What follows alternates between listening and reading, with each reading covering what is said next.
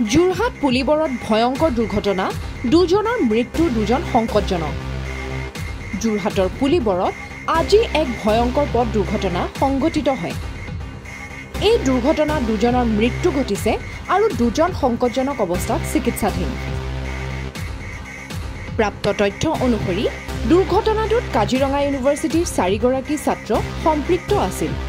মৃত শিক্ষাৰ্থী দুজন হ'ল গোৱালপাৰাৰ মোস্তাফা মুজাহিদ আৰু ইৰফান হুছেইন। ইফালে সংকটজনক অৱস্থাত থকা দুজন ছাত্ৰ ছাত্ৰীক JMCলৈ প্ৰেৰণ কৰা হৈছে। তাৰে এগৰাকী শোণিতপুৰৰ আৰিনা বড়ো আৰু আনগৰাকী চীনামৰাৰ খুজবু নভেল। প্ৰত্যক্ষদৰ্শীৰ মতে 150 কিলোমিটাৰ উচ্চ গতিত AS03M 9957 নম্বৰৰ এখন গাড়ী তীব্ৰ বেগত আহি নিয়ন্ত্ৰণ হেৰুৱাই ভয়ংকৰভাৱে দুৰ্ঘটনাগ্ৰস্ত হয়। দুৰ্ঘটনাৰ পিছতে স্থানীয় ৰাইজে আহতসকলক উদ্ধাৰ কৰি চিকিৎসালয়লৈ প্ৰেৰণ কৰে। আৰক্ষীয়ে ইতিমধ্যে ঘটনাস্থলীত উপস্থিত হৈ তদন্ত আৰম্ভ কৰিছে।